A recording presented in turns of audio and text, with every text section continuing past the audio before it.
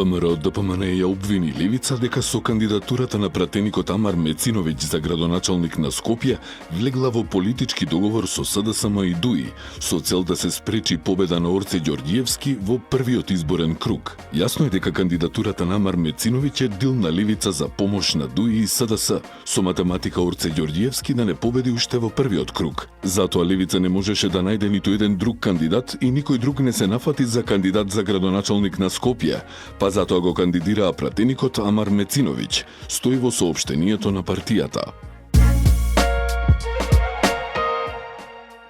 ВМРО ДПМН го одзеде идентитетот на Скопје, порача Каја Шукова кандидатката за градоначалник на Скопје од СДСМ при посетата на централното градско подрачје Мал Ринг. Ова е срцето на Скопје кое сега е задушено поради деструктивните импровизации на ВМРО ДПМН и незаинтересираноста на нивната менаџерка Данила Арсовска. ВМРО ДПМН брутално го осквернави идентитетот и архитектурата на Скопје, скапо платен со народни пари, а со трајни последици по јавниот простор. Изјави Шукова при што ја сподели сопствената визија за центарот на градот, за кој рече дека тој мора да биде во функција на пешаците, туристите, велосипедистите, а не на автомобилите.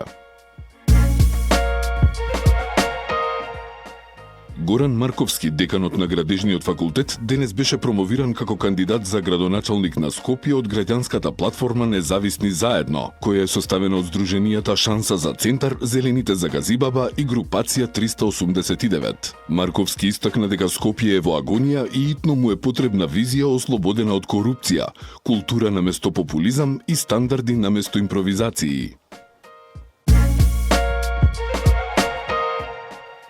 Додека Скопје се гуши во урбанистички хаос, Орце Ѓорѓиевски, кандидатот на ВМРО ДПМН, молчи за дивоградбите во Чаир, објавија од СДСМ на пресконференција. Од СДСМ прашаа и зошто Ѓорѓиевски воопшто не нуди решение за проблемот со дивоградбите и дали е тоа поради бизнис интересите на власта. Дивоградбите не се само локална приказна. Со ВМРО ДПМН урбаното дивење стана тажно, скопско секојдневие. Секогаш кога ВМРО ДПМН владее со градот, ова се случува. Го претвораат во свој партиски вилает за да ги спроведуваат бизнис агендите, потенцира од опозицијската партија. Целосно е реконструирана улицата Дебарска во Киселавода, објави градоначалникот Орце Ѓорѓиевски. Тој напиша дека оваа фреквентна улица, која со години била во многу лоша состојба и представувала ризик за безбедноста на сите учесници во сообраќајот, конечно доби сосема нов изглед. За дополнителна сигурност поставивме и забавувачи на брзината, со што создаваме побезбедна средина за сите, соопшти Ѓорѓиевски. Центар доби 6 куќички за солништа за бездомни животни, донирани од амбасадата на САД, информира од општината. Куќичките се поставени во паркот на франкофонијата како дел од проектот за подобрување на благосостојбата на животните.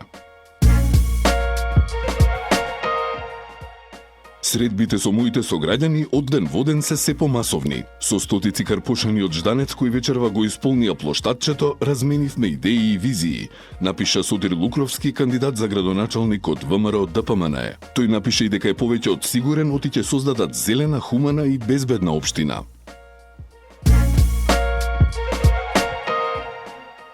Со звуците на хип-хоп и R&B музиката, како и на македонските евергрини, студиото за танц Еурека синоќа ги забавуваше граѓаните на платото Млечен во рамките на Карпошовото културно лето. Следниот настан во рамките на оваа манифестација ќе се одржи во четврток во дворот на црквата Света Тројца Бардовци, со настапи на македонските фолк легенди. Под мотото од срце за срце, капка крв што значи живот, Црвениот крст во соработка со Институтот за трансфузиона медицина в четврток ќе организира традиционалната крводарителска акција во чест на празникот Голема Богородица. Акцијата ќе се одржи во домот на АРМ со почеток од 9 до 17 часот и на неа се очекува да бидат донирани од 180 до 200 крвни единици. Од утрово е отворен за сообраќај патот од Скопје кон Македонски Брод преку Националниот парк Јасен, откако пожарот кој повеќе од 10 дена беше активен е ставен под контрола. Од АМСМ препорачуваат внимателно возење, почитување на сигнализацијата и прилагодување на брзината поради можни одрони на патот. 4 автомобили синоќа биле опожарени во скопската населба Капиштец. Во 2 часот утринава во северо Скопје било пријавено дека се запалил Фијат со скопски регистарски таблици, сопственост на правно лице. Како што соопшти од МВР, од пожарот потоа биле зафатени и другите автомобили. Пожарот бил изгаснат од страна на Скопската бригада за противпожарна заштита.